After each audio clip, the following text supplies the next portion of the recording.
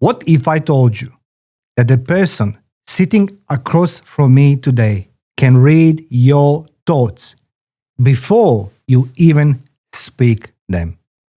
He escaped from the water tank, performed for the thousands on the world's biggest stages, and consulted for Hollywood blockbusters and neuroscience labs alike. But behind the illusion is a man forged in fire. Literally, a firefighter for 20 years, a child shaped by family tragedy, a mentalist, martial artist, and a walking contradiction. Devoted not to deception, he is devoted to human integrity. This episode is more than performance. It's a deep dive into trauma, mastery, and the kind of wisdom you only learn through pain. So open your mind. Please open your mind, because what you're about to hear might just change the way you see people forever. I'm Mario Bekes. This is Life the Battlefield, and this episode is Life the Battlefield with Phoenix Montgomery. Let's go dive in.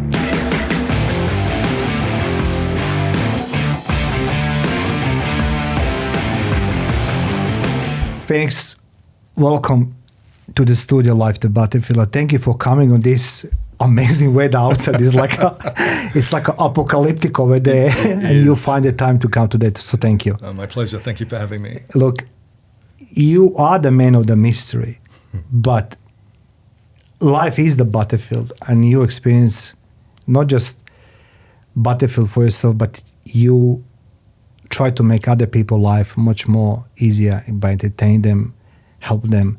And I was like, I don't want to start unpacking you, because it's like, I try to understand who is Phoenix Montgomery. So like, you are man of mystery, mastery, misdirection. But who were you are before you become the mentalist? I had a few different hats. Please. When I began, I didn't realize I was launching into such a field. I was only a child. I was about 7 or 8 years old. And my parents they went from nothing to being self-made multimillionaires back in the early 80s. And then they lost it all to fraud. And so we didn't have much. We didn't have Nintendos or anything like that at home for a long, long time. And my father used to have a lot of books on his bookshelf because he had a home office. Mm-hmm. And one of those books in particular was, I think, the first edition of a book called Body Language by Alan Pease, which had a lot of pictures in, very well written, great humor, even so to the point that an 8-year-old could understand it. And so I used to sit in a lot of these meetings. He'd have them every Friday night and once a month on Sundays. And I'd sort of sit there with the book, learning to read people and looking at these expressions and seeing how they match and just absorbing that. And that to me was fun. I felt like I was gaining a little superpower. Yeah. And then, of course, I'd go to school and I'd see similar things, very similar things, but I'd also see how certain things were intensified. Like with the child, it's very obvious when they're lying, but you can see that those sorts of traits carry on to adulthood. So as a kid, I was reading both kids and adults. I loved that book. It kept with me for a while, and then it just became, I guess, part of who I was. It's one of those things a lot of people say, well, is this a natural born talent? It's hard to tell because I started so early, but I do believe it's predominantly that sort of thing. If anything you have an interest in deeply, you become a part of, and it becomes a part of you. And so I'd forgotten about that not forgotten about it, but I just put it to the side, resumed with my normal schooling and that sort of thing. And it wasn't until a couple of years later, I started training in dance. One of my mates was going to this ballroom dance class, and I thought, hey, that looked fun, so I went there. And then about a year after that, I started quite heavily into Chinese martial arts in Sydney, in this area actually. And that became my life. So I had to choose between the two. My life was martial arts. After a couple of years and some very successful tournaments, I was training 6 hours a day, 6 days a week. So it was 2 hours before school, 2 hours after school, and then 2 hours in the evening with my teammate who lived around the corner from me. And our teacher was a wonderful, wonderful person. He was an incredible mentor. I was very fortunate. Both my parents were wonderful. It was like having a third parent. And that was my life. I lived it and breathed it. I used to brush my teeth in a horse dance. There wasn't a minute of the day that wasn't wasted. Well, there were times of the day that were wasted, but that's because I was training when I should have been probably studying. And it was just what I loved and I adored. And then after school, I was teaching at a young age. I got to a high rank very early in that sort of thing, travelled to China a few times. We'll probably touch on that, trained with the monks over there. We don't touch monks. We touch your education. Yeah. We'll get there. But most of my training was out here in Castle Hill, actually. And it was... You're a very humble man, Montgomery. You're a very humble man. Like, sorry, like when we spoke the first time, okay, so like to put it in context to our audience, your name come across to the mutual friend who has such a high opinion about yourself, you know what I mean? And when he told me about you, I said like myself, my God, there is somebody else who does these things mentalist, you know what I mean? Body language. But your life is not, okay, takes the balls to say what you said. My parents come from millions to zero because of the fraud, and I took the books. Can I ask you a question? What do you think what generations now, like my son who is 20 years old, think about you, who says like, and then I grabbed the book from my dad's shelf to learn. It's like Google Old Testament. What do you think about, sorry to catch you on that way, but what do you think how the generations learn now? The skills, let's go say you have them.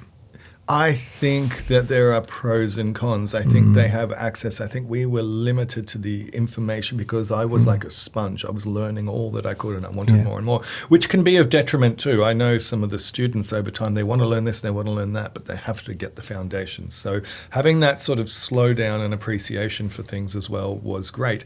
There's also a bit of a disconnect, and I think one of the most difficult things today facing youth who are learning anything online is the fact that without an actual mentor to pull you up, mistakes become big mistakes over time. But there's the ethical and the moral side of things that really needs to be taught, especially in a discipline like that. You must learn how to be with people. I'm going to skip a little bit now ahead, but I'm going to say one thing. I'll make sure that every corporate person sees you and hear you today. There is something about you very calming, you know what I mean? And I can imagine when in the world we're living, which is full of challenges, literally, you agree with me, we're living in a daily life which is like full of the uncertainties. But then comes the Phoenix Montgomery, who is very calm, you know what I mean? So like in all honesty, I truly believe people should hear you more because it's hard to translate what I'm seeing here with my own eyes and what I'm hearing with my own ears. But I believe the world should see you and hear you more because in this world of uncertainty, I think that you will become very suiting, Band-Aid for the problems on the world. So let me jump on another question now. Sure. The first one. What was your first body language reading? Can you remember? That's funny. It was your parents, your girlfriend? No, it would have been in those meetings. And then perhaps because there was a bit of a social, they'd have what they call potluck where everyone brings some food and they all socialise after. Yeah. So I was engaging with adults from age 8 and I loved it. I was more comfortable with adults than I was with kids. And I would just manage that. And it was fun taking things like a dominant handshake and then squaring it up with someone and building rapport just naturally. So, but yeah, those were my first reads and it just became part of who I am. It's just once you have a skill, as you know, it's built in. It's there. That becomes part of you. So that was my first reads. Yeah. Okay, well, I'm a curious person, but that's why this is the podcast interest. Like, I can't get you here for next 24 hours. I need to ask you precise questions, but I'll send you my email with a lot of more questions. So let's go talk about body language, right? Yes. What is the body language, and how you translate this into human behavior, right? You personally, and how that what you're doing help corporations, how they can help corporations. I'm very curious because let's go talk about you as a mentalist. I'm going to introduce you as a mentalist, but there's, as you say, there's many hats. But in front of me, it's a Phoenix Montgomery guy who invested a lot of time reading, exercising, training to perfect things. And you done a marriage between martial arts, books, body language, being mentalist. But let's go start with the first thing for corporate world. Yeah, sure. And everybody all out there, what is the body language? Well, as you know, such a high percentage of communication is non-verbal. It's a way to build rapport. It's a way to pace and lead so you can see how things are going, allow them to go in the direction that you need to. I found very early on that the martial arts training had a direct, I found that there was a real correlation between body language and martial arts training. So, for example, you'll find gestures like this or like this. People are protecting the most vulnerable spots. And so when they're protecting their vulnerable spots like that, that means they're either insecure, they're hiding. So hiding something can be a little bit different, but more insecure. That they feel threatened is the words that I should use there. And I found that it becomes a lot easier when you understand that body language is so primitive and it's so generally across the world. I think Savio touched on this, who's a great guy.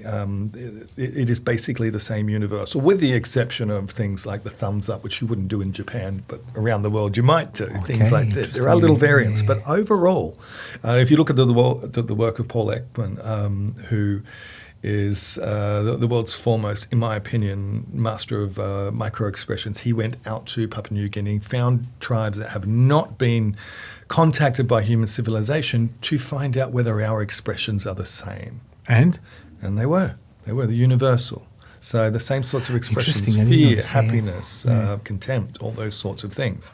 And they're only very brief flashes, those ones, but it is fascinating. So if you can read a situation there too, and I'm sure we'll get into this because I dare say this is probably a question, but there's ways to assess. You can't just go off one sort of thing. Like you can't just go off an arms crossed. Yeah, that's what I want to ask because, as an amateur, right? In my world, I was in human intelligence field, espionage, but my job was not to read the body language, right? Because you use a sort of like natural understanding, and person is lying, not lying, it's different cues and everything else. But body language is totally different stuff, Yeah. I used to met people like yourself who are training that thing, and they can mislead you so badly. Yes. And that's what my problem is. But Phoenix Montgomery, being, let's go say, can be hired by a corporation to be brought to the corporate meeting to make an additional assessment of the person they're negotiating with, yes or no? Yes, absolutely. Okay. I have a keynote session on this, please. But it's not just body language, it's built with rapport, so it can be conversational rapport as well. So understanding someone is one thing, but also building that rapport is so important in a business introduction, and it's incredible how many people maybe are unaware.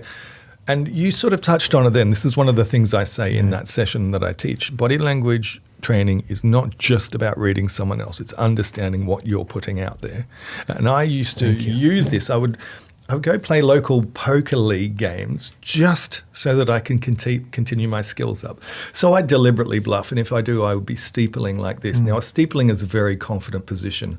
And I wouldn't say anything. I wouldn't look at anyone, and then I'll shove chips all in, and you'd be amazed at how often people will just fold because they are reading your body language, but quite often unintentionally. So they might be looking for some bigger things, but something like that, a steeple, just that gesture of confidence is enough subconsciously for people to think, okay, no, he's probably got a higher hand than I do.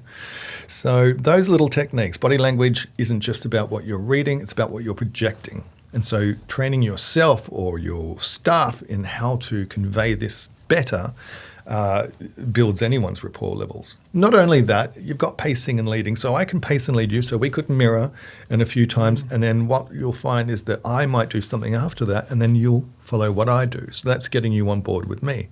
But the same technique, obviously, can be used with the term imagination. So if you are in sales, for example, Yes.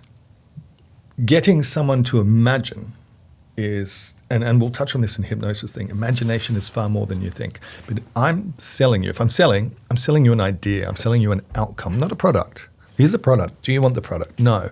Imagine how good that this might serve your business. Imagine the feedback that you'll get from your customers when you're able to do this. Then they formulate a picture in their head that sells whatever it is. And I don't want to go too much into sales because I don't so much like manipulative sales, but if you do genuinely know your product and you have a good product, having someone picture the positive outcome that they want Interesting. is going to sell it. And part of that comes down to listening. And they're handing you the key.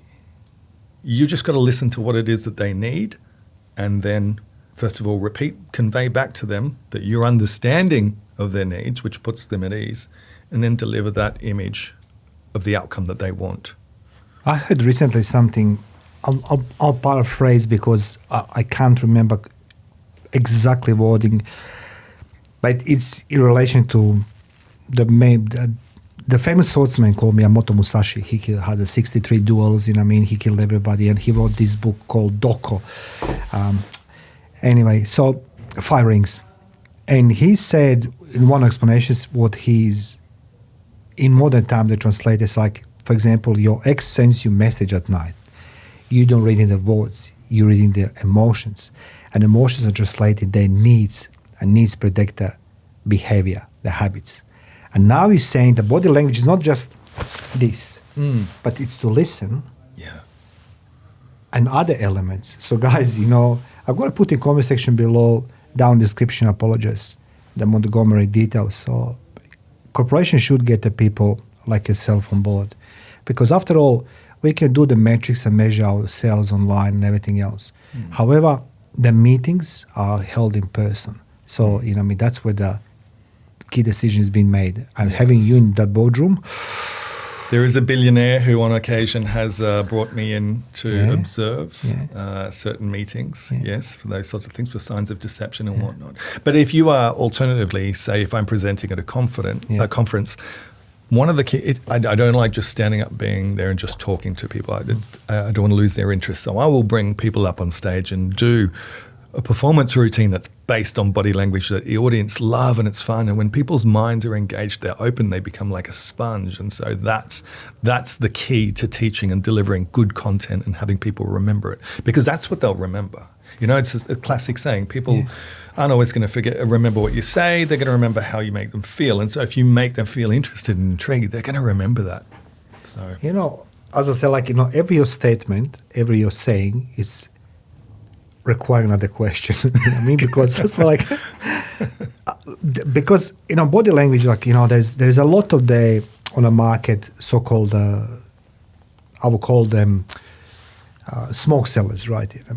Particularly in the coaching industry and everything else, which they're involving the body language and try to teach the students, so-called students, how to read other people intentions, which is wrong. And as I say, I have nothing to do say about body language, because the first thing was like, if you do this, that's everybody says, But it's more there, as you say. And one thing is what I never heard a person like yourself, it doesn't talk, but you infuse yourself into the environment. Yeah. Can I ask you the first time when you stand on the stage, when was that? First time I stood on the stage. It wasn't the last century, it must be this one, right? So do you mean in a context as a mentalist or just in general? In general. When was the first time you faced the audience? You said this is I remember. I wonder. How's your body language that? Did you Well, the irony is... Did you sweat your palms? Did you? Well, going back to the story before, just to pick up, and this is the opening story of how it began.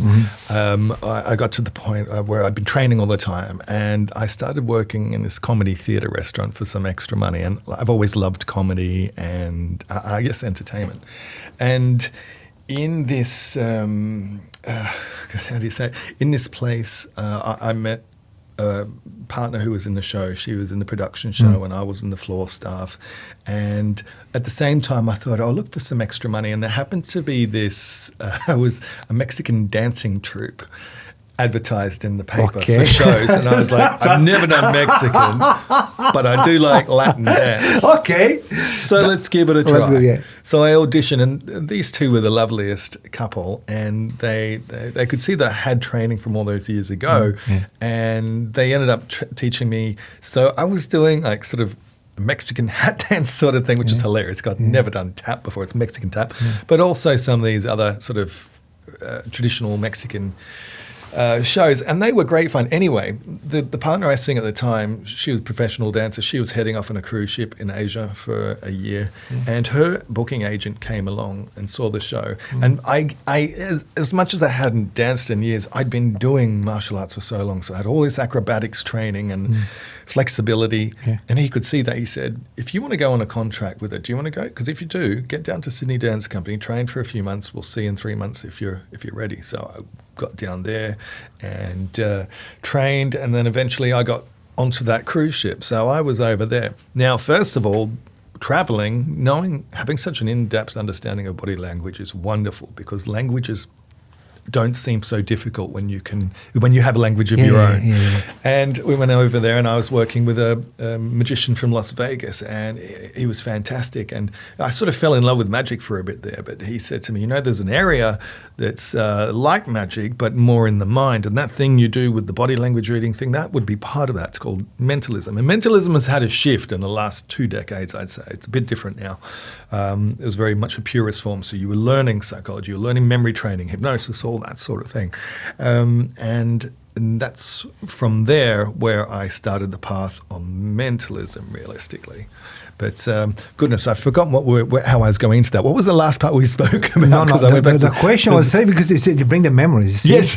I'm good, man. I'm good. My name is Mario Bekes. I read his mind. No, my question was like, when was the first time you stood up in front on stage in front of the audience? Very first time, generally speaking, like that, you were like, okay, this is me, Phoenix. Now it's like everybody's watching me. Well, so this was really it, because we'd had, I think, 6 weeks rehearsals in Malaysia. Okay. And then I got to this cruise ship, and it was this massive, like a building on the water. And I got on, and this is great, and there were the cast, and I remember being side stage, and then suddenly thinking, I've got to go out on stage in front of 1,000 people. And I just had that stage fright. Me as a kid, to give you an idea, I hated getting a merit certificate in school, which didn't happen all that often. But I couldn't stand it, because I'd have to stand in front of the other kids to get it. Because I'd have to walk to the front of the class. I was petrified. So really, stage fright. See really how these things shift to change. Oh yeah. What's the big? Sorry, can I ask you? What do you think was the biggest fear in public appearance to everybody? What do you think? What is the biggest fear? Why the people are afraid? Because everyone loves to, one thing I give you the credit straight away. It's easy to be in audience and criticize somebody, judge somebody, score them. But when you're on a stage, you're openly standing in front of the firing squad, because, metaphorically speaking, right? Absolutely. Because, let's just say, 90% people are going to say, that's awesome, 10% people are going to hate you, have a bad day. Yeah. But yet you go on that stage to make the people's life better, different shapes as a form. So I congratulate that one. But what's your experience, Phoenix? What do you think, why the people are afraid to do public speaking, appear on the public, but much more easier to criticize? What's your understanding of that one? Probably, I think the answer to that question is within it. People's judgment, people's criticism. Everyone wants to be liked, and putting yourself out there like that is a very vulnerable position to be in. And people aren't always... It's easier to remain comfortable in anonymity and be in the audience judging rather than put yourself up there. Have you been afraid to be judged? Oh, yeah. Yeah, initially. Thank you. Initially, plenty of times, yeah. Eventually. See, that's what I'm sorry to interrupt you. See, that's what makes you unique. Yeah. You don't hide these things. You didn't start with that sob story like everybody said, oh, my mom didn't love me, we didn't have the money, my life was bad. But you say, initially you were petrified. Yeah. Well, that where I was getting to with that point of the dance show, that moment for me was side stage when I was like, oh, what am I doing? There's 1,000 people out there. I'm in Asia. How am I going to get out of this? And then something just clicked. That was the moment it clicked, and it went, this is your job now. And then I went out, and things from that point were different. And there's been times since new shows. Every time you put a new show on, then you do have a little bit of. There was a talk recently, I think you saw, that was the first time I've been nervous in years because that was such a taboo topic. But I think it is that vulnerability of being up there. But eventually, who cares? Who cares what people think? You care what they think because you're going to get show ratings and things like that. But you can't fix it. There's always going to be someone in the crowd. 2,500 people in a crowd, right?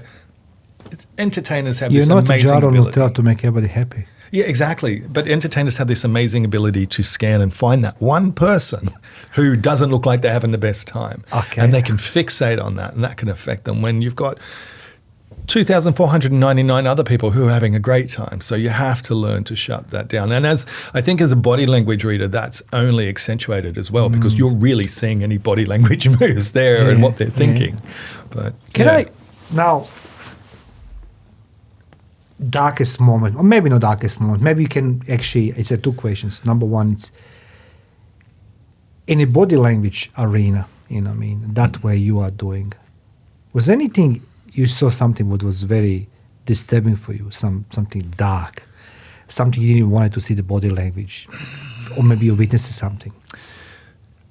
Well, first, we've got to understand that it's not like when I'm looking at someone, I'm seeing the thoughts in their head straight away. Generally, you're seeing how they're feeling at the time. You do get flashes on occasion, which is unusual. I don't know what causes that, but it's like a flash of you see this person in a different, completely mindset. But you can see a few deceptions here and there. It's not my business, and I don't pry into that with people. The only time I would do that is if I'm trying to buy a car or a house and I need to know if they're... So you misuse it. That's Lower the price. I like it. I like it. I love your honesty. Like it's not just a conversation. You have normally I just want to say thank you to all 300,000 beautiful souls who support this podcast, and I truly believe you're going to enjoy Phoenix Montgomery interview today with me. And feel free to contact him. It's in the description section there, all his details, so feel free to talk to him and give him thumbs up, follow him. Now, I will ask something as a senior citizen. I wish I met you many, many, many years ago, but I like to help everybody universally over there, male or female. If you like somebody, and you approach that person, what's the body language you need to avoid? Let's go say me approaching to girl, and I like her. What body language I need to avoid before she smacks me in the face or call the police or all right. Or vice versa, girls to boy, So let's just say universally speaking, right? Okay, some classics would be if you're sitting there with your legs open like that, that's not a good look like really? that. Yeah, nor is straddling the chair backwards and that sort of thing. You don't really want to do that sort of thing. How you do want to appear is attentive, first of all. Okay. So there's the body language aspect of listening, and there's the actual factor of listening too. Listening, everyone's own favorite topic, and this is why mentalism and my reading is so popular. It's because everyone's favorite topic is themselves, and to listen. And I know Xavier touched on this in his podcast, which I watched as well, which is fantastic. But listening, he said, is an art, and it truly is. You don't remain closed off in any way. But here's the thing: what I was also getting at before. It's not just one thing. So switching it up, for example, you might have someone who's standing like this, but you can't assume that they're being closed off to you just based on that, because it's only one. You've got to go with a rule of three. Yeah. So you want to look for three things. So there's the reading, that sort of thing. And in the scenario of you're talking to someone, seeing if they're interested in you. And ironically, my Achilles heel is like, I can watch other people and be like, it's interesting, blah, blah, blah, blah, blah. But if it comes to me, a little bit of self-doubt sometimes creeps in. I'm like, oh, what if I'm wrong? What if I'm wrong? Don't want to overstep and don't want to be impolite. But, things like preening, if they're like sort of touching their hair a little bit, if their legs are crossed towards you, to the direction you're in, that means that they're engaged with you, got your attention. If they might touch you on the arm or on the leg or something like that. All those sorts of things are obviously good indicators, but you also you've got to be mindful. So if you're delivering touch to them, you've got to be very cautious of where you're going. Like, you don't want to overdo it. You might do like on the wrist or something like that, which is, respectful if you're leaning into, if you're in a part of a story, for example. I like how you explain this, because it's like I'm 53 years old. I've been to show in different now waters, but the thing it is, I want to make sure that everybody who's listening this today to learn even that little bit from the things, because after all, you don't want to misread the body language and being, in trouble, rather than you at least know. But the 3 points must be discovered. Now, that leads me into something else. You are a man who didn't stop own development. You continuously learning. You're very proud to say, I take my father's book from the shelf. I learned how to dance. I learned how to do body language. Like this is constant self-development, right? First of all, why are you doing this? Why didn't you say, I have enough of this one? Because I want to lead something else now. I want to go overseas, right? I've never been there in China. And you say you travel from Sydney to China, not knowing nothing, nobody, to study martial arts. So why are you continuously doing self-development? And how is this important for other people to understand for their own life? And then let's go start with the traveling to China. Yeah. Well, most of my training, as I say, was here in this area, and for years and years and years. And the first time it wasn't actually on my own. My teacher went over with me to the temple with the monks, and we did training, and that was just an incredible experience. Same with the Beijing Wushu Institute, which was phenomenal. Going from discipline to discipline, I can see how from the outside these all look very different, but for me it was one that just progressed to the next. And the billionaires have said in their books, don't worry if you don't know what you're doing at age 18. Some of the most interesting people I know still don't know what they're going to be when they grow up at 40. And same sort of thing. Like if I found a passion that I loved, I would just immerse myself. It becomes me and I become it. Like I say, I would be brushing my teeth at home before school every morning in that position, training my legs. Like I don't waste a minute that I could have been training back then. But it's the same with the mind. If you've got an interest, you follow your interest, then you're going to learn it very, very quickly. And if you immerse yourself in it, day to day, you're engaging it. And so things with body language or martial arts training or even dance, they're things that you can use every day. Hypnosis as well. From the first day it was only by chance that it was going to be one of the natural progressions, because Mentalist is an umbrella term, which is everything from advanced memory training, speed math, to hypnosis, to psychological illusion, a little bit of magic, and then those sorts of things. So hypnosis would have been one, but the day I started training in it was purely by chance. And to be able to have done it on someone the first day blew my mind. And this was what you call a shock induction or a rapid induction. So that's like you got 3 seconds from meeting someone to putting them in a deep state of trance. And that was just mind-blowing for me. And from that point, I was addicted. And it was great to learn something like that, where you've got one person, so you have to have 100% hit rate rather than being on stage and you can send people back. And you're a weapon there. Yeah. No, you are. I'm just thinking of myself, like, as you talk, like you being honestly open about your life, that's a quality itself. Because like we're surrounded with the storytellers, Because, Right. I went recently for the one event, my professor, Klaus Momo, called me. He's my mentor anyway. And we went there. And we didn't learn, it was all about how to learn how to present. But actually everything was like how to create the reels, how to create content, pretending there's like 500 people in a room, which is a 5, and how to bullshit around. Right. I didn't like it. It's like, but that's dishonesty. Like, Yeah. people paying so much money to learn how to lie. I mean, I don't need someone teach me how to lie. I can lie on my own, but I don't want to be discovered to I'm a liar. I want to be honest.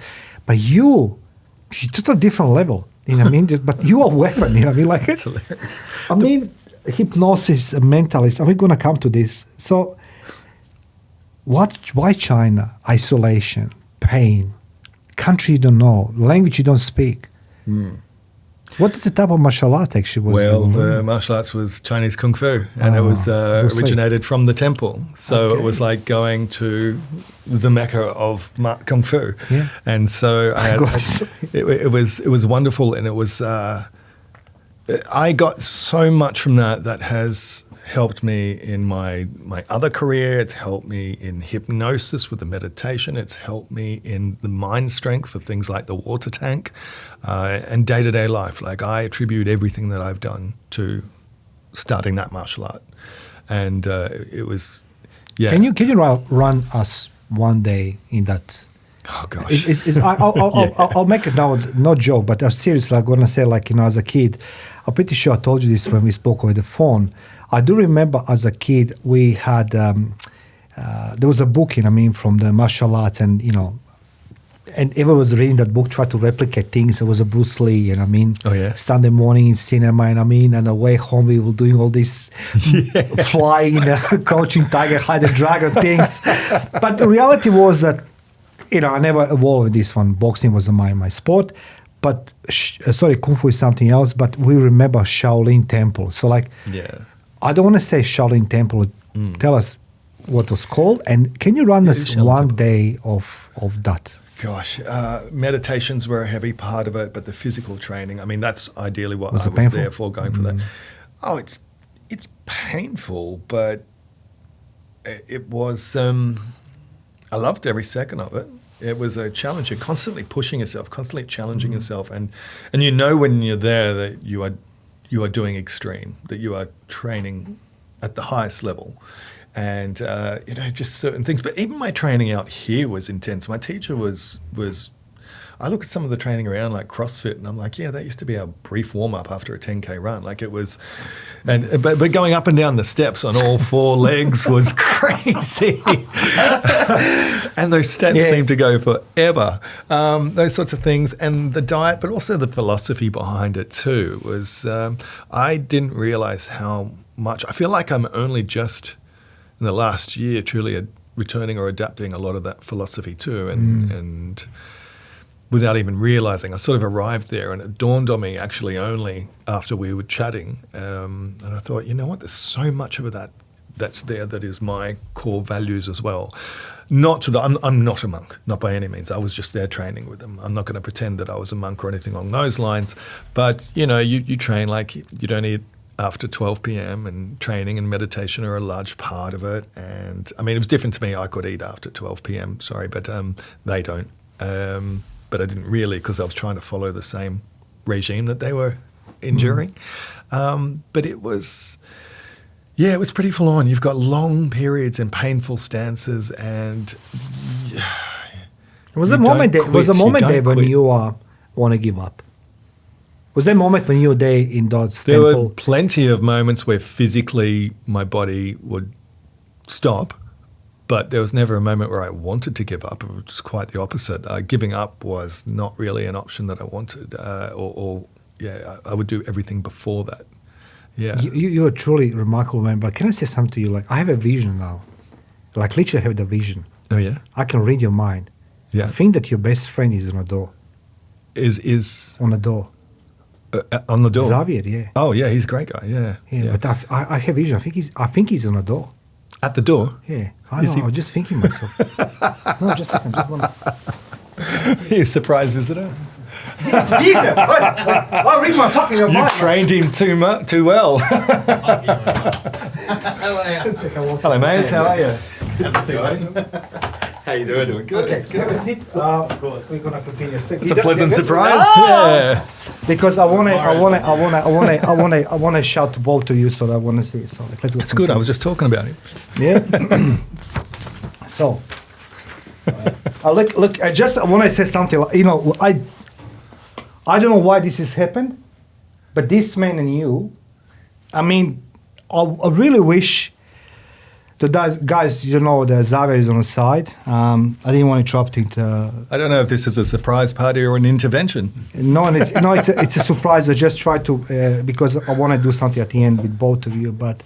Great. It's all about you. And when I asked Xavier, could you please be the part of my scam today with the Phoenix? He says to me, what is this? So I want to say things so I can read his mind. And Xavier says I don't think that's a good idea, but he can fly with the thing. So I want to ask you, I want to go back to our conversation again. Mm-hmm. You didn't give up in nothing what you started. Yeah.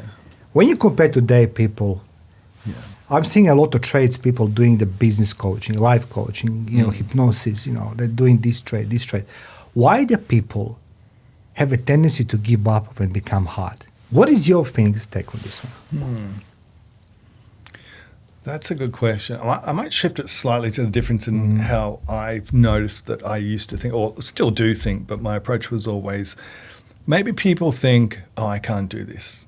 I think that's one of the reasons. For me, in here, there was nothing I couldn't do until proven otherwise, essentially. And if someone else could do it, then I can do it too. And I'd shown that to myself through intense training and overcoming a lot of things. Why do people give up? We are in such a quick flick through world now where if something doesn't suit you, you just move on to something new, and everything's so readily available. Everything from career choices to dating. Look at dating apps, for example. Swipe, swipe, swipe, swipe. Oh, you don't like that? Next. How can you dedicate yourself to something properly if you're not giving it a proper try, or giving yourself a proper try either? So why do they give up? I mean, you're the weapon. I'm not joking. In some old times, I'm older than you, obviously. But if I go back in time, when I started my career in the military and everything else, we were always being told, CIA is there, the reading minds and, hypnosis and everything else. It's a scary thing. It's a scary world. But you are a good guy, try to share your knowledge, but you're the true example. That's you have authority and credibility to talk about obstacles in life. Because those guys who don't know, I'm going to put in the description section the links on some videos of the Phoenix, and you're going to see it what the man faced in his life, because we can smile and laugh here, but one thing is certain, that you're the guy who saves other people's lives, and that's what it is you're doing right now to the thousands of people who is watching this. You're not just helping the guys and girls how to go through body language to come to hearts. But I'm admiring for who you are. You don't give up. That's a very rare, because everyone loves to talk. So from bottom of my heart, I'm very grateful that Xavier sent you here today we talk and people can meet you. Now, thank you. We talk about body language, kung fu. We talk about being firefighter. But before we become the firefighter, I want to talk now in my introduction, mentalist, hypnosis. It's a murky waters over there, right? Yeah. Okay, I want to ask you, hypnosis. What is hypnosis and how did you come with that stage? Okay, so you have your natural part, obviously. Well, the meditation training through the martial arts was fantastic grounding for that. But as I mentioned, I was in Vegas meeting with a few other mentalists, and one of the lecturers that came in, because we would have lecturers come in and we'd talk about different things, he couldn't make it that day. So one of the other guys who was on the course there said, you know what, I'm world's fastest hypnotist, let me show you. So He did, and it was a phenomenal style, and that's what takes me back to that. That's where it was. It was in Vegas that day. That's a day where I got hooked on hypnosis and thought, wow, okay, this is powerful. But what is hypnosis? And that is such a fascinating story. Now, there is generally, if you look at all these studies of all these different scans, you can see the increased brain activity, the slowing down of sort of inhibitions and things like that do allow whatever that engagement is and allow the brain to operate more. But no one can really give you a full definition of what hypnosis is. And I think, personally, from my experience, I've seen some very interesting aspects, and some of those might be that I could do the exact same show 2 nights in a row. But if on one of those nights, even if I perform it and present it exactly the same, and I'm looking at the videos going, it's exactly the same. I'm not seeming down, but if I'm not feeling 100% confident in myself, the power of that won't be as strong. And so I might lose 1 or 2 people of my group on stage as opposed to having everyone hypnotized, which is a really interesting insight, because what hypnosis does, I'm presenting your mind with an idea. Okay, once I've built rapport, once you have confidence in my ability, which generally if I'm on stage like that, you're going to have, because you're like, okay, well, he's here, he must be good. That's the first inhibition gone. I then build rapport with people, but once I've got them on stage, I present your mind with an idea, and your mind wraps itself around the idea until that becomes a reality for you.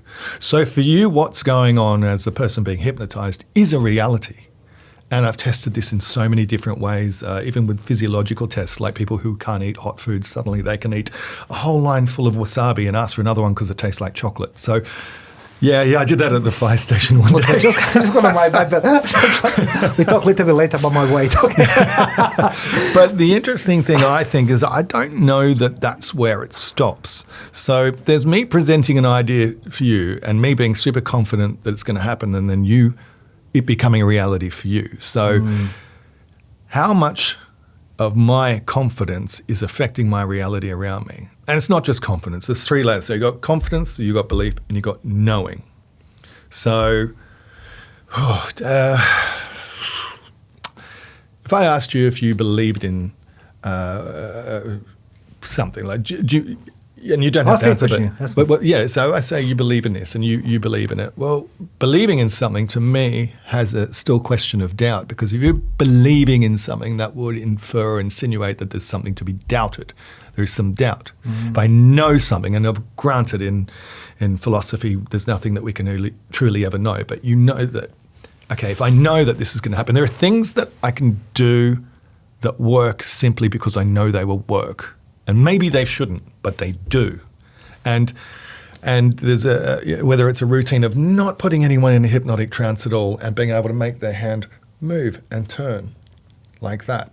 And I can send you a link of the footage of that on stage, or just even in the street. It works. Look, I saw some of your videos. They are like, I try to hack your brain, but it doesn't work that way. It's like aluminium foil around this. But jokes aside, but it's powerful. You know, I was present on a couple of these sessions where the masters of hypnosis give you a certificate in one day for $3,000. Yeah. In 3 hours, of course. You become master of hypnosis, master of hypnosis, whatever it's called, right? It's a BS. It's a scam I never saw, because I was asking, how do you know? If you certify me in 3 hours, what takes you to learn this 3 hours as well? It doesn't work that way. Yeah. My first question now about hypnosis: how long took you to master hypnosis? I hypnotized someone the first day. I had years of stage experience and I had meditation down, so I had those things, so I was pretty confident. But mastering hypnosis isn't just being able to hypnotize someone. Mastering it, and have I truly mastered it now? I don't know. I feel like on stage, yeah, sure. But I'm still learning, I'm still refining that, and I still train it. I trust you. Now, you see, I trust you. Like, I really trust you. If you said to me, I want to do these things, just quickly, story about something. My son, you know, he's a different breed, you know what I mean? And he says to me, Dad, I like to see somebody. So when he says to me, see somebody, it's like, oh, whatever. So I saw this doctor, and he says to her, look, I'm not doing hypnosis like everybody else. And she's a psychiatrist, right? She said, but I try to do something to stop smoking. It's like I'm trying for 30 years, you know what I mean? But I don't give it up. Anyway, long story short it is, we traveled together, my son and I, overseas. And my son says this to me in lift. By the time we reach our bedroom, whatever, something, penthouse. It wasn't a penthouse, but it says like, as soon as we reach the top of the building where the penthouse it is, You don't smoke. you don't smoke anymore. And I'm like, whatever, dude, you know what I mean? I don't smoke for 3 years now. Yeah. So like he was in cahoots with that psychiatrist because he studied medicine, right? So he knows something. I mean, and I tried to understand, like, I was that lounge with her, like, you know, dreaming about some lifts, you know what I mean? Some things, you know what I mean? Yeah. And I was like dismissing all as a rubbish, you know what I mean? Because I couldn't believe that works. But she says to me, it could go 2 ways. It could go very wrong for you, or you can stop smoking. So she's a psychiatrist, right? Yeah, great. There's a lot of scammers over there teaching people how to do, you know, hypnosis. So thank you for the sharing how long it takes to do hypnosis, because like it's dangerous to mess up with somebody's mind. Yeah. And I trust you. You can do in my one, something like 6-pack. Now, I have another question, it's a personal question. I think that everybody there's gonna agree with me. Meditation. Right? Yeah. Yeah. Okay, I can't understand that thing. Yeah. Because every time I close my eyes, I don't see nothing positive. I'm just seeing like everything bad. Like how this meditation works.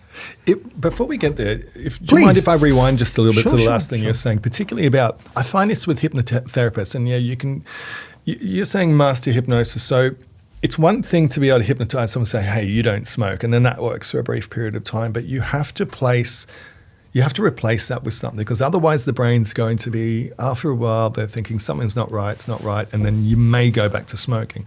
Whereas if you understand that everything that you do, every habit that you have, like people have this idea that they're broken or whatever else. No.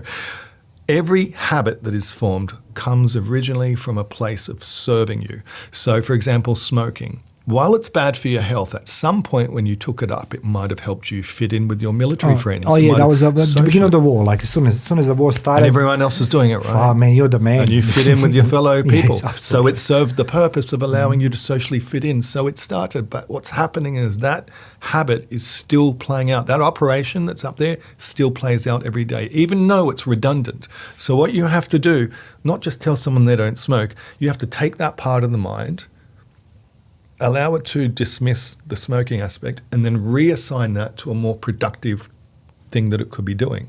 So not only are you now stopping smoking, you are assigning your mind to something that's going to better your life, which is originally what it's trying to do. So that takes longer than Nobody a day. explained explained that this way. Like that's just like, you know, I'm just again I'm gonna go back to our friend Xavier.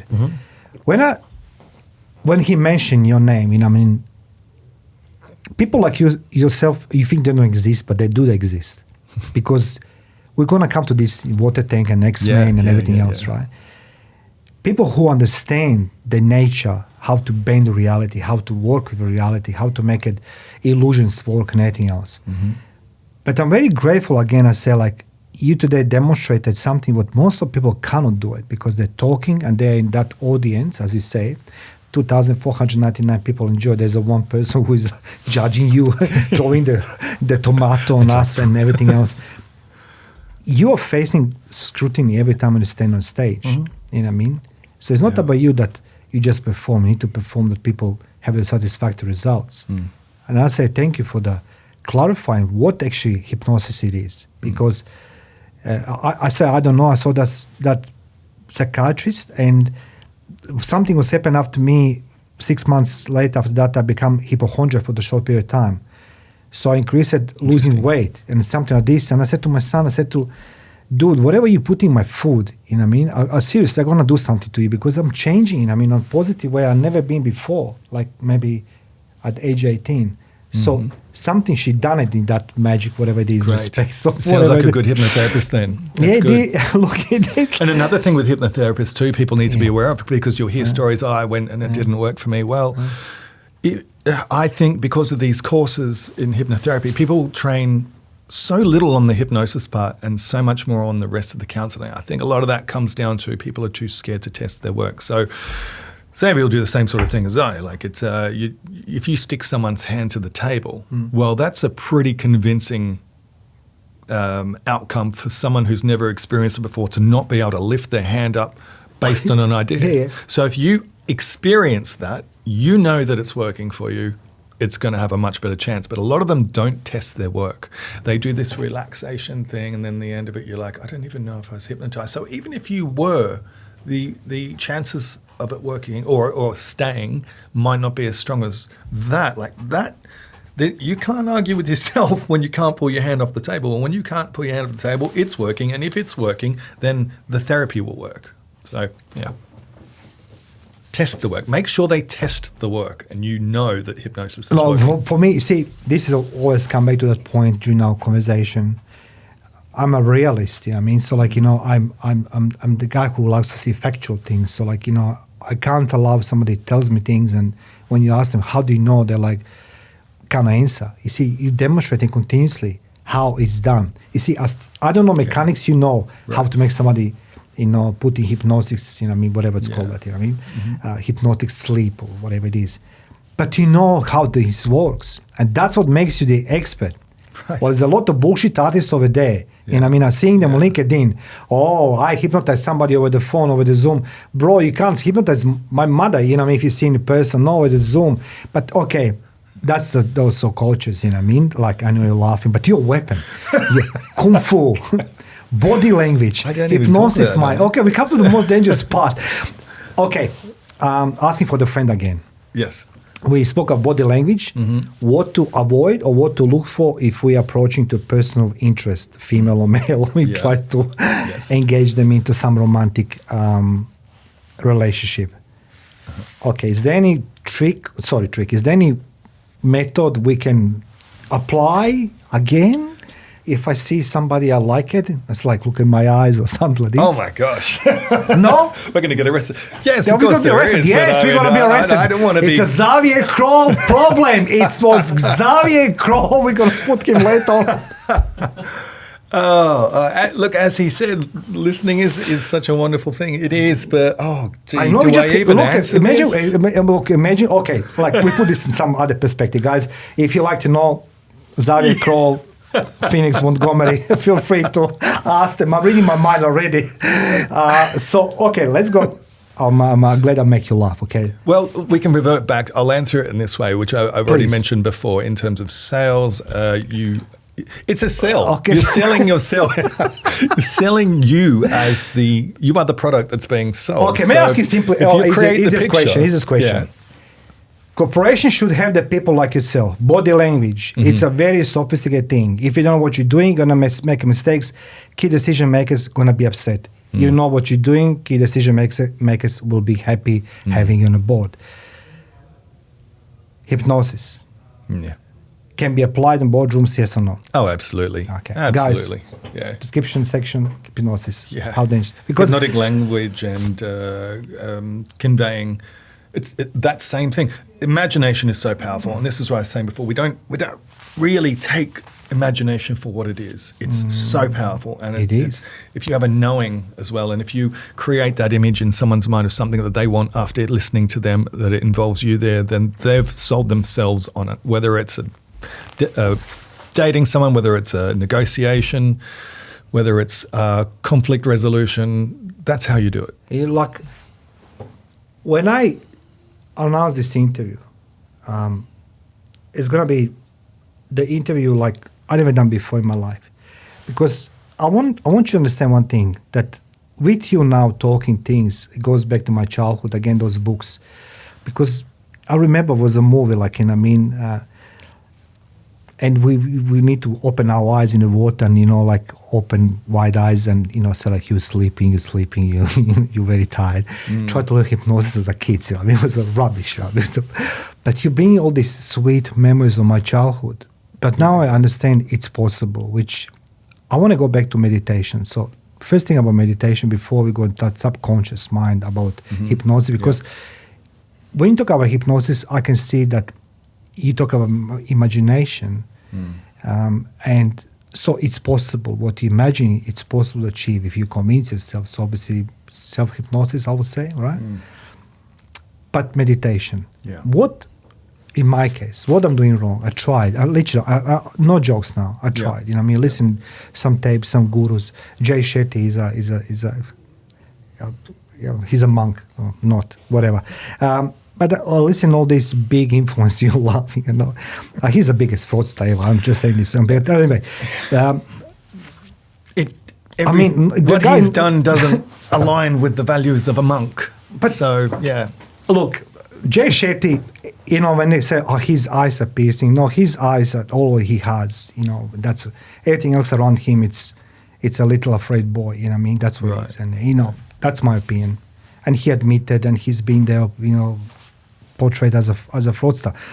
But this is real stuff.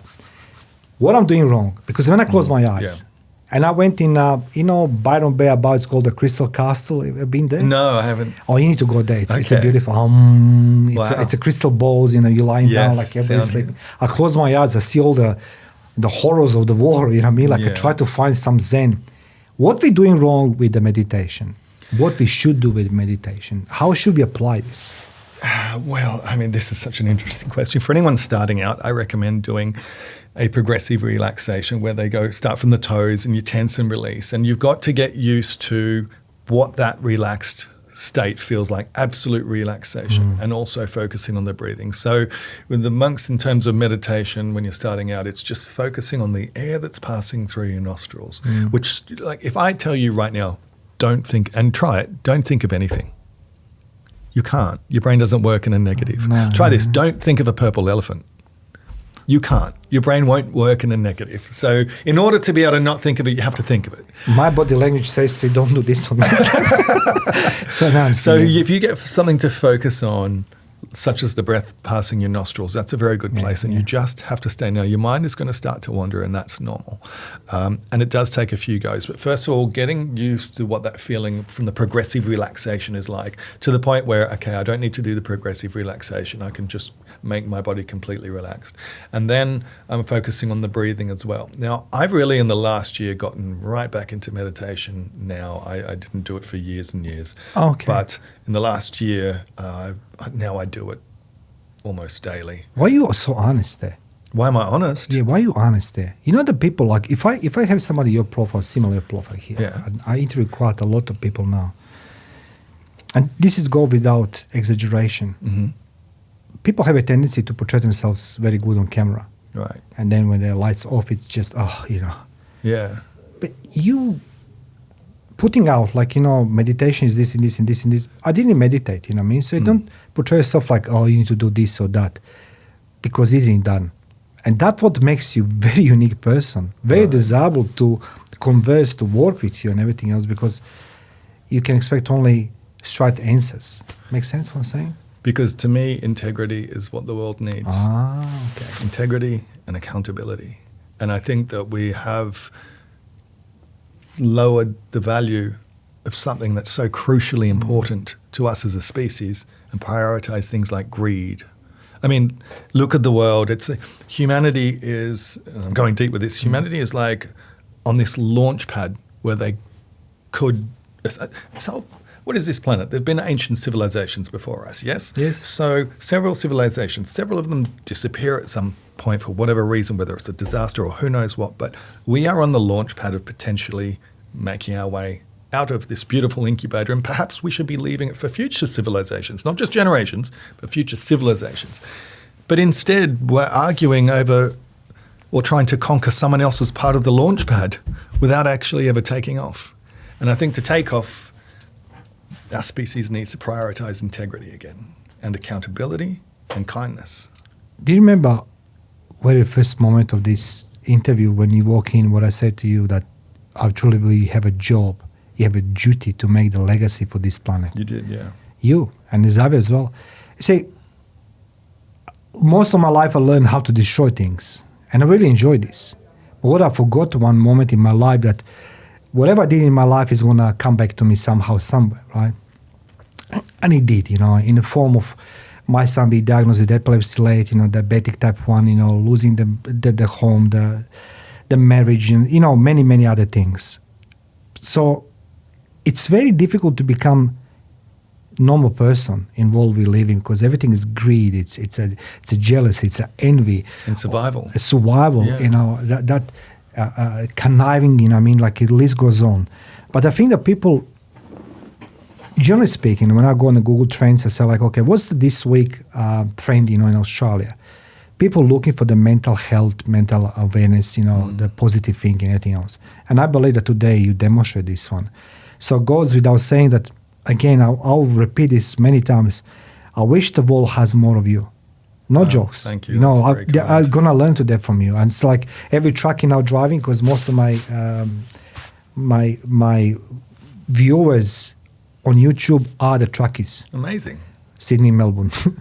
Because, you know. That's a thankless job, isn't it? Yeah, like it's like, you know, so they're listening, they're learning this one, and we discover a couple of secrets and, you know, these things. But let's go to the point of being the mentalist. But before you continue, your buddy Xavier Crow, he guessed it, I'm going to Bali. And I was like, nobody even know I'm going there. So what is a mentalist? This is not a show we're seeing on TV and, you know, I mean, the guy, you know, he sings. What is the mentalist? A lot of that is portrayed quite well in that series. Okay. But like I said, it's an umbrella term. So you've got hypnosis, advanced memory, speed math, psychological illusion, and performance skills as well. And you combine those to create the illusion of mind reading or influence. I mean, a lot of the time we are influencing. And there's a sliding scale as well these days. I find you're going to have, let's say on this end, you've got magicians who've created routines that we would call mental magic that look like mentalism or psychological. Yeah. And then you've got the purists up this end who, like Xavier did with you one-on-one, he didn't use anything. He divined that. Terrible word. He figured it out, put it that way. And everyone sits on a sliding scale of this somewhere. So most of them are probably up here with mental magic. Xavier's definitely down more on the purist end, which is so refreshing and not as common these days.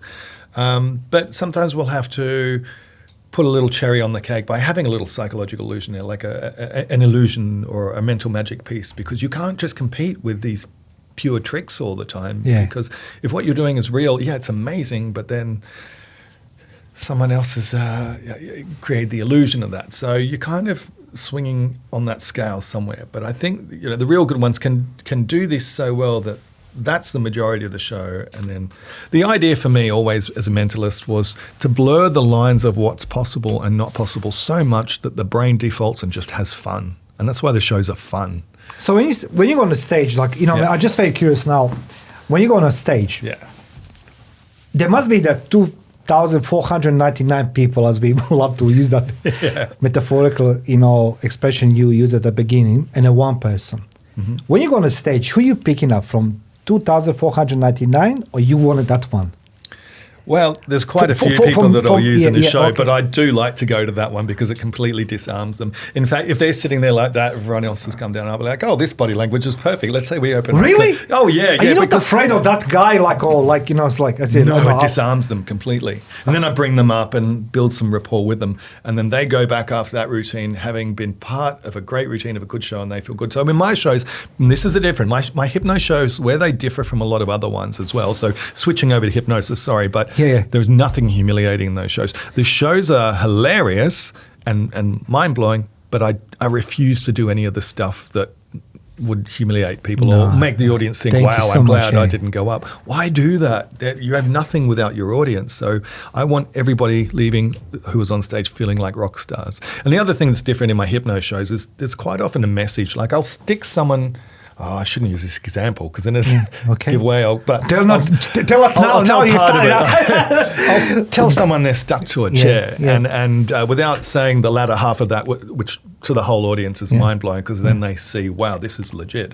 But the purpose of doing that is explaining to the audience that there's nothing sticking that person to the chair other than an idea. And so if an idea that I've told you can stick you to a chair where you can't stand up, imagine what the ideas that you're thinking daily are doing to you. So your ideas and your mindset can either hold you back or it can propel you forward.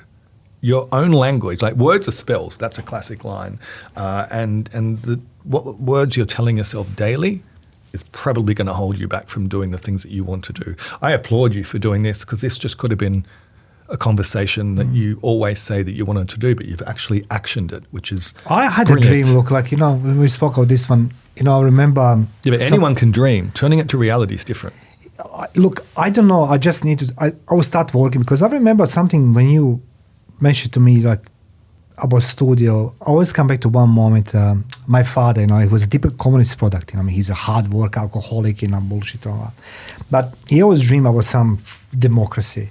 So he will go in every morning, 5 a.m., in the bathtub, in the bathroom, cover himself with a blanket with a small transistor, and he will listen to the Voice of America. So can you imagine my father smoking under the blanket, having the coffee to listen to the radio, because he didn't want me to know, because I'll dope him, as a kid, just what we just did, basically. But I was being led by that idea of working the late night shows. And then you're from Sydney, Xavier. There was a guy on a 106.5, Love Mercy, something like, he was having that voice, I love it. It was a love show on a 106.5. And I always want to go on a radio, but I pick up the country. I come in this country working in Croatian Embassy in Canberra. So I can't work on radio. And then if I want to work on radio, my English is so terrible, you need to decipher somebody. So I grow up and I wanted to have something my own. Society told me, you can't go on a radio, you're not good for TV, you're not good for this one. So I create my own platform. So I need to build my own, and I need to be on the firing squad, which makes you unique for this podcast, because my next question is like, facing negative comments when you're doing your shows. How do you deal with these ones? I don't get negative comments on my shows. Everybody loves them. No. I'll tell you where the negative comments come in. They're online. Okay. You never, never read the comments online. Okay. You never read the comments online because, everyone's got their... But it's funny because people are like, oh, it's done this way. And I just sit there thinking, how would that even be possible? Look, where does a negative comment come from? If you can, let's go do the blanket applying. For everybody who is facing negative comments, what your advice would be? What Phoenix Montgomery will say to everybody across the globe, if you're facing annihilation, negative comments, what they should do, how they should behave, how they should think? What's behind this comment? What can I learn from it? How could I potentially improve this? Because it's about growth. It's about becoming better. Like, if I'm getting negative feedback from a lot of people, well, I don't think that they're wrong. If it's just one person who's like, I don't like how you dress, or something like that, whatever, that's fine. Or I don't believe in hypnosis, that's okay. I'm not there to convert you to a new religion. I'm there to entertain you. You don't believe it, I understand, because there is so much convoluted videos out there that are probably staged versus the big comment that shows is, wow, I didn't believe it before, but that's real. And that's a wonderful feeling. But if someone's got some feedback that I can potentially improve upon, I'm not going to let my ego stand in the way of the second I think that I know everything is the second I stop learning. You continue to talk about this self-development. This is like, I want to say again, thank you to Xavier for introducing us, because that is something like I wasn't expecting our conversation. You're that engine. Can I just go a little bit back when we talk about words become reality? When I wake up in the morning, I decide to say, today's going to be a great day. Today's going to all my dreams come true. Then I hear my son from other room. He said, boy, psychic, how do you know it's going to be a good day? I said, I decide to be. I know. Well, it was good until you said that. So I'm going to send you to your mother. But I think it is. Now your day's not going to be great. That's true. So how this affirmation can work on us? Positive? Do you believe in them, or it's like self-talk?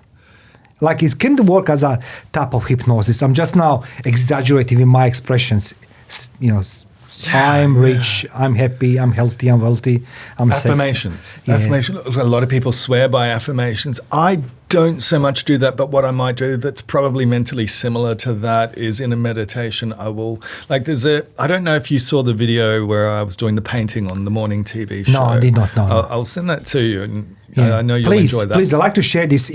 I'll put in the descriptions, but we're going to add your stuff, into this. Yeah. That was a long time in planning that one. I had to wait for a particular day as well in order to align everything up. But I had rehearsed that so many times in my mind. Every single word was important. And and it's live TV as well. And morning television shows are like herding cats. Really? Yeah. It's hard to keep them all, anything can go wrong, and it's live. So when someone throws a curveball at you, if you're that well versed in knowing what you're doing and how it's going to look, then you're okay. But I see the outcome, and I map it out, I'll rehearse it in my head, but then I'll also be grateful for it. I'll be happy about it already, and it's almost like it's creating or manipulating the reality around me. And that's kind of always been the case. Like I said before, I don't know that there's anything I can't do until it's been proven, rather than, can I do this? I can't even ask you a question, who are you? Because I'm discovering now who you are. And that's I'm very thankful. But I'm aware that we have the guest in studio who I ask today to talk to you rest of the show. But before we do this, I have a few more questions. Yeah, sure. So they're going to the Xavier chair here. Okay. So Xavier, could get risky. No, it's between two of you. It's the thing is, the podcast is not about Mario Bekes. It's not about me. I'm just a host. I started this podcast because I'm hearing a lot of these podcasts there. You can learn from the CEOs, from what's it called, the Jay Shetty, all these guys. This is all machines. This is real life. This is real life. This is the man who told me at the beginning, I come from a very rich family. My family has been smashed by fraud. That's a lot of money to be lost. Oh, yeah. I pick up the book. I started my career. Now, everybody can learn from this. This is the real life. That's what I try to say. That's what I said to my son always. When he had epilepsy, I said to him, okay, we start, doing training boxing for me. I'm going to fight again. You fight, alongside with me, help me, Matteo, everything else. The moment he become healthy, has a brain surgery, things start well for him, which is tremendous. I'm happy as a father, as a human being. He grown up. I said, you become better man than I'll ever become. I could think you can become, sorry. And he says that, but I saw you, how much you've done these things. I said, but you're better than me. That should be that way. But he learned some things from me, little. But from you, we can learn a lot. So you're being down to earth. It's a hallmark of this conversation. And that's the reason people listen to this podcast. So it's not about me, it's about my guests. That's what I try to say. Well, it's very nice being able to talk off stage. Me, people usually just have the questions about the shows, and that's fine, and I'll talk about those on podcasts, but you have a very good way of engaging with the person behind the stage. So thank you. No, you're welcome. But that's the reason I want to pin you against Xavier. I have a questions, pin number of your credit card. Just on what you were saying there too, it's okay to be down by something that goes wrong. And I feel very much for my parents, because they struggled for the years after that. They really struggled to give my sister and I a great upbringing, but they were always very supportive. But if they hadn't gone through that, I wouldn't be doing what I'm doing.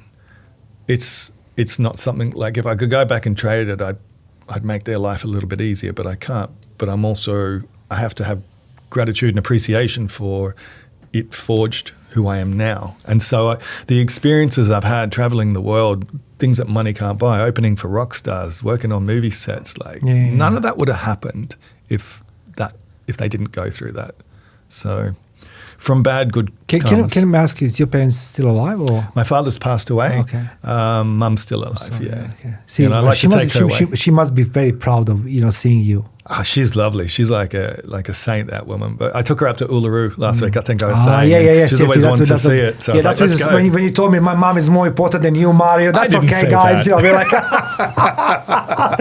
well, before we wind up, you know, what I mean, because look, I can't fit you into one podcast. You understand? Right. I don't know. Can you read my mind? But I'm very proud. Do you understand? I can't wait to this interview be out. Uh-huh. I don't know, can you feel that? Because in a world we're living, and I feel like I'm seeing a world of suffering, but people are still, generally people are good. People are generally speaking, they're good, you know what I mean? But we are being led by the emotions created by some other people, you know what I mean? So we're spending more time, Joseph Campbell in his book, The Power of Meat, he says like we're spending more time wondering what's the bad news of the hour and of the day rather than on ourselves. And that's true. But today we give them something special. We give you Phoenix, Montgomery, guys. Which leads me now, body language, hypnosis, mentalist. Right. And then I have something else called the survivalist and escapee. So, right? Water tank. The water tank. Water, man. Like, seriously. Yeah. Who are you? Houdini? Houdini was fantastic. Seriously, did you know that did you know that question is coming? I had an inkling. The water tank. Please. Yeah, wow. That was, I remember the first time I got in that, straight up going, nope, that is too much. As soon as you feel or hear that lid go on, you're like, no, I'm out. And it takes such a mental training. And that, again, like I say, everything goes back to that martial arts training, just the ability to be able to slow your heart rate. And in the end, when I do that, and I haven't done it for a few years, but I would do it on stages, even on cruise ships, and there was something eerily peaceful about being in that water tank and hearing the music. Yeah. Sorry, come on back. So let's go explain again. There's a movie called, I think it's with Hugh Prestige? Jackman and Prestige. When I'm like, just figuring this one, you know what I mean, when they try to break the water tank, you know what I mean? Yeah. Okay. Terrifying. What preparations you need to go into that? Yeah. Well, the first and foremost one was, I'd already done the training in terms of being able to maintain my heart rate and keep it low. But breath holds, I was using breath holds that free divers use. Using those techniques, learning how to hold my breath for a long, long time and minimize my heart rate and things along those lines. But the mental game is so much more. I would train a minute to 2 minutes where possible longer than I'd have to do on stage, because at the end of the show, you know, your heart's going a bit and things like that. But the knowledge, it's just knowing that I can get through a minute or two more than I have to on stage, which allows me to get through that amount of time on stage. Was the show involved? Sorry, that particular show was a mentalist show, but then the end of it, I would finish it with the water tank escape, which is unusual and very unique for a mentalist. But the premise was that in order to be able to control and influence the minds of others, I should be able to do this to myself first, and then that was the premise. You know, look, I'm gonna just stop here. I want you to learn, guys, from this. This is what I say to you always and always. This show, you can't learn from people who just talk. If you want to learn blahs, woo-woos from your coaches and lifestyle coaches and business coaches with a PDF given to you, do it. But this is how you're going to learn. You can't just apply on somebody something if you don't know how to apply on yourself. So why peaceful? You say it's peaceful. So they put you in a water tank, right? And they lock you up. Yeah. How can be that? Well, the other thing that I had also as well, because your mind will play tricks on you, but I can hear the music, I can hear the rhythm in there, so I know exactly how long I am along. And knowing, again, that I can do another minute to 2 minutes beyond the point of the music where I like to escape by, I know. My heart rate's not going to go up. My brain's not going to go into that panic state, and you can't let that panic state come in. But it is. There was just something about being in there. It's probably just the time that after a full show of your mind's going, instead of my mind being out there in the audience, it's all here and it's all within, and the water's there. I know exactly where I am in the music, and my eyes are closed, so I'm not looking at the audience, and it's just that moment. But I'm also doing what I love doing. So I guess for a moment, I have that a minute or 2 minutes to enjoy where I am. as odd as that sounds, and it does sound odd, but it is just an eerie peacefulness. And then suddenly you're out of the tank and the crowd's cheering and it's back to the madness again. But it's just a few minutes of calm inside chaos.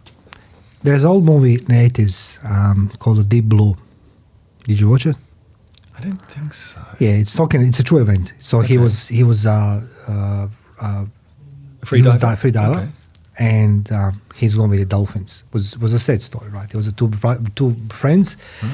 and it's you remind me of that one. You know what I mean? Because Right. I heard many times that people heard what's it calling this thing, being peaceful under the water, right? Yeah, okay. Because my last time experience with the water is called the diving in blue. So you go in a chopper, you're tied up with a rope with your buddy, and it's 50 meters high. You drop with artificial lungs. It's like, it's closed circuit, so there's a bubble that doesn't come up. You need to dive from point where they drop you to the beach, the shore, right? But when you do this during the night, you don't know what's up, what's down. Wow. So somebody always pulling somebody down off, you know what I mean? So I was never... So there's that mind game as well. Yeah, it is. Yeah, and you know it. Yeah. But it's all survival, right? You know what I mean? Yeah. And unfortunately, military have that type of mentality with casualties are allowed, you know what I mean? I don't want to be the one in no training. So it wasn't pleasant experience. But you doing this in front of audience, what your mom, she said when she found out that you are in, and she said, when you come home, it used to be her backyard that I was training it in, and she, I can't watch. So how would you apply this to the people on daily life? Would you say to people in daily life, this is what you can learn from me being in that? Dealing with high pressure situations and maintaining your composure, which you touched on something before. I don't normally talk about this, but I'm happy to with you. Please. And I keep them very, very separate as the whole firefighting scenario as well. Like sometimes you're in scenarios or situations that are are life-threatening and can be dangerous. And you've got your mask on. So if that mask comes off, you're not breathing smoke. Like that's not going to go well. So maintaining your breathing at a certain rate, your heart rate as you can whilst you're going through this dangerous environment is, I guess, similar sort of thing. It comes down to controlling your fear, not letting your fear control you, and staying focused. And you don't really have the time to give too much to fear or anything along those lines because you're just doing what you've got to do. And you can think about it afterwards. But, day-to-day life is being able to control apprehensions, anxieties, fears, or anything that might get the better of you. I was thinking about you, but don't take me wrong. I'm thinking as a human, not as my guest, because those who don't know, Phoenix is a firefighter for 20 years. Yeah, 20 years next month. Yeah. In my things, man. You want to get if you in communism and get golden watch. In communism, my father was 25 years in factory with the golden watch. And but you see how you always connect with the people. So I was watching a documentary on Netflix called The Grenfell Tower. Wow. And I was doing some research about you, and I said to myself, I was sitting there, I said, man, we take it granted firefighters, you know what I mean? Because what's happened afterwards of that, there was a terrible fire. 73 people died and they couldn't help them. And the fireman who knocked on the door, 175, who's been crucified, why didn't you knock on 176? He said, I was looking for the girl on 175, I'm sorry. He said like it was a pitch black, 17th floor, smoke, I don't know where I was. He said, just I saw the number. Yeah. But he's been crucified. So think about you. I said to myself, imagine being the Phoenix in the fire in a high-rise tower. You're helping people, but you can't help everybody. Yeah. What's that feeling? Yeah, it's not a pleasant feeling. The fires up a few years ago, they were everywhere. We got sent up to Port Macquarie. It was 36 hours because we were actually surrounded by flame. We couldn't go until that had passed by. But that was a horrible situation. It's like houses are burning all around you. Which one do you save? And then some people are like, okay, well, that one looks pretty old and run down. You're probably going to save more value in this one, assuming that everyone's left and they may not have. But then you're like, well, that person may have insurance, but this person might not be able to afford it. So you just got to So the triage assessment. It's not fair to have to make decisions like that, but you just have to save as many of them as you can, and you can't save all of them. Yeah, and that's the unfortunate thing. And it's the nature of some of those areas too. It's what's the right decision? Like you just save as many as you can. You don't think about it. You just get in there, save people, property, exposures around. And you're not ordinary man. You're not ordinary man. Again, look.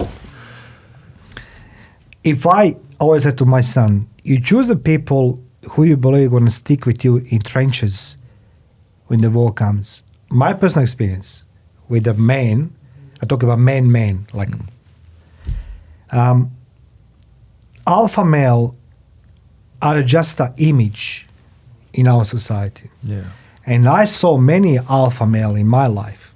Yeah. When the war started, they run after their mom is holding the undies, and run away from the war. Only average Joe like myself. My parents dumped me. Like literally, when the war started, they left me a message. I was night before so drunk because my girlfriend left me. And they left me a message during the night on the table. We are okay. And in the morning, I went in the war. I was 18 years old. Wow, that's a rough night. Yeah, the country is later. So, my father tried to be father. I said to him, bro, just walk away. Wow. But if I could choose one person right now, this very moment, it will be you. You see, I truly believe that you have reason why on this planet. I don't know. I'm just throwing my opinion. That's my Bekes opinion. You are connected with the people for some reason, to give them the hope, not just entertainment, but believe that they can do something more. Plus, you're protecting them. So, to that firefighting team. And I'm very grateful that today you are my guest. So, before we wind up, give it a hot chair to the Xavier Crow. Yeah. You advise blockbusters, right? Yeah. Okay, let's go talk about Lift One. So, see what X-Men. Did you see what your part it is? Like you're connected to share your knowledge, your experience, your life. I'm truly believe Oprah's gonna hear this, or somebody, Joe Rogan, call you on their podcast. I wish for you seriously that you've been heard by masses. My podcast is Thank you, man. 300,000 people. It's a good number, but I really wish that people could know more about you, or Xavier, what you guys doing, how helping people. But tell us this one before we wind up. X-Men, Hollywood, X-Men. blockbusters. Man, I learned a valuable lesson with that. What? Well, when they first called me for that, it was okay. So is that when you earn your first $5 million? you didn't pay the taxes? No. So they called me to teach one of the main characters, and I don't know if you've ever been into X-Men, but Gambit is a character that throws cards and uses a pole, bow staff, and so they wanted me to train Gambit for the movie. Okay. And initially, my thought was, just a respect for my career and my industry. I was like, no, look, I don't really want to teach this to Hollywood people who aren't going to take it seriously. Yeah. What an idiot. I said no to that. Who says no to something like you? that? Yeah, but that could have been a disastrous decision. I was so fortunate because then they went to casino croupiers to get them to teach, and they're like, look, there's nothing that they're offering that's that good. Would you please? So they came back to me. What will be the big offer? No, you know what? It was the actual money involved was minuscule. So I was like, do I want to? But when they came back, they said, look, how about you just meet the actor, see how you go, and go from there. So I agreed to that, and then I met with the actor, and then we hit it off like that, and we're still friends today. He's got a new series coming out as well, but he's done plenty of movies, John Carter, all those sorts of things. His name is Taylor Kitsch, lovely, lovely guy, and then from there, that experience on X-Men was just such a phenomenal experience. But then later on, as I say, we stayed in contact. A couple of years later, I get a call from Taylor. He's saying, oh, what are you doing New Year's? I was like, why? He said, well, a couple of questions. If you're not busy, do you want to come to Austin to perform this gig? And you'll be, what's the other? I can't remember what the other question was. Yeah. Are you available? And do you want to come and perform at this gig? Which was yes and yes. He said, oh, it'll be you and Rob Thomas from Matchbox 20. Okay, sure. Okay, I'm coming. Why not? Where's Mario Bekes?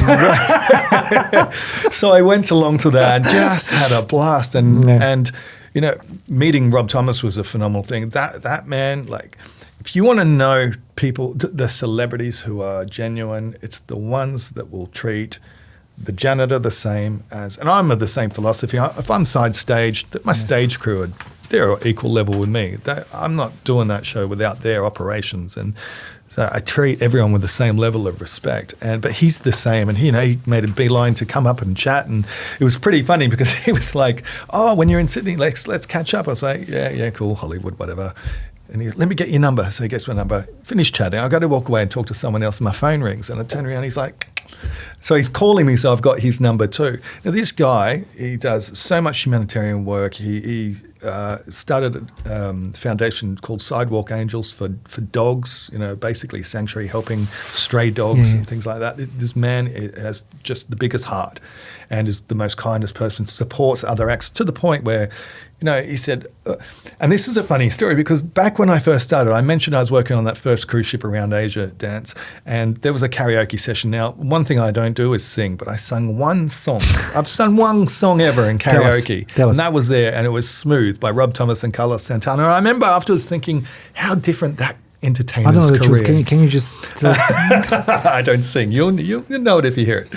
And thinking how different that entertainer's life would be to mine. Fast forward 20 years, he and I are sitting on the hotel floor just having a drink, chatting away, and I told him that story. And like the synchronicities, how bizarre is that 20 years later, this megastar is doing a show with me and is now my friend. And since then, he had me open for him at the International Convention Centre. I think there was 11,000 people there. Like, who has a Mentalist open for a rock show? But the guy is just so supportive of everyone that he meets. So if I had turned down that X-Men movie the second time, none of that would have happened. None of it. So take opportunities. Truth, take opportunities. I want to come to this question right now. You see, I always say from the beginning, like you're the weapon, which it is. You are the weapon. You know the things. Most of people believing they have some skills, some knowledge, body language, hypnosis, all these things. It's rubbish. If you don't practice, you don't know.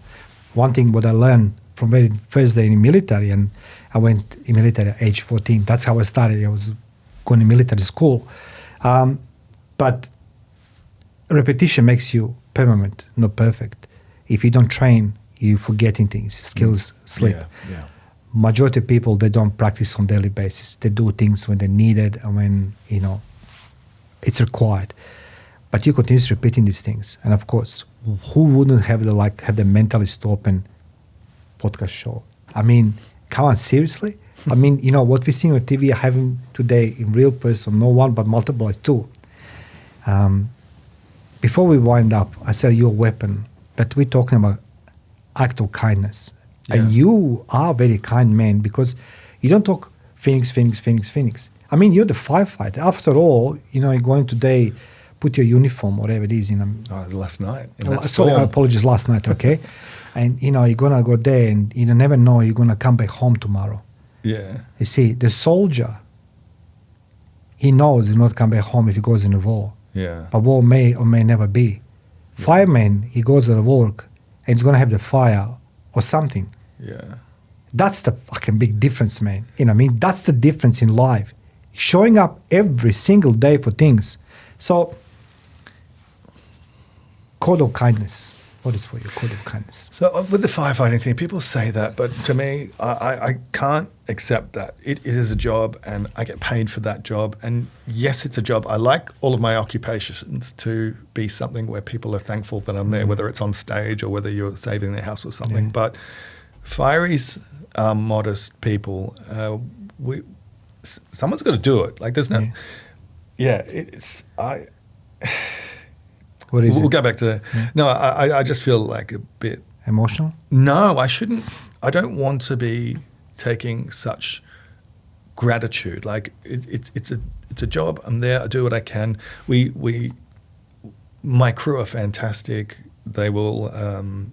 they're trained. They know what they're doing. They're switched on. And so for us, we're not getting bullets flying past us. We do see some horrific things, granted, and there are a couple of dangerous situations. But police are seeing horrible things too. So are ambulance, but military have got bullets flying past. So I don't know that it's any more anything than any of the others. But I think you are. I tell you from my point of view, it is. In a war, like I tell you right now, and I was in special forces for first 2 years of the war, and you see there's some actions, everything else, but when the shelling starts, you take the car, all these things, and. In those days, in 1991, that was the last century, when I was in the war, it took 10,000 bullets to cause a death in a war. 10,000 bullets. So millions of bullets fly to cause a death. But the thing it is, you're a fireman, you go straight away to danger. There's no, we're going to wait, I'm going to hide. That's what I'm saying to you. I say this from my point of view, as an ex-combatant, 1,800 consecutive combat days. And you're seeing things. In a war, you may or may not choose to see these things, right? Yeah.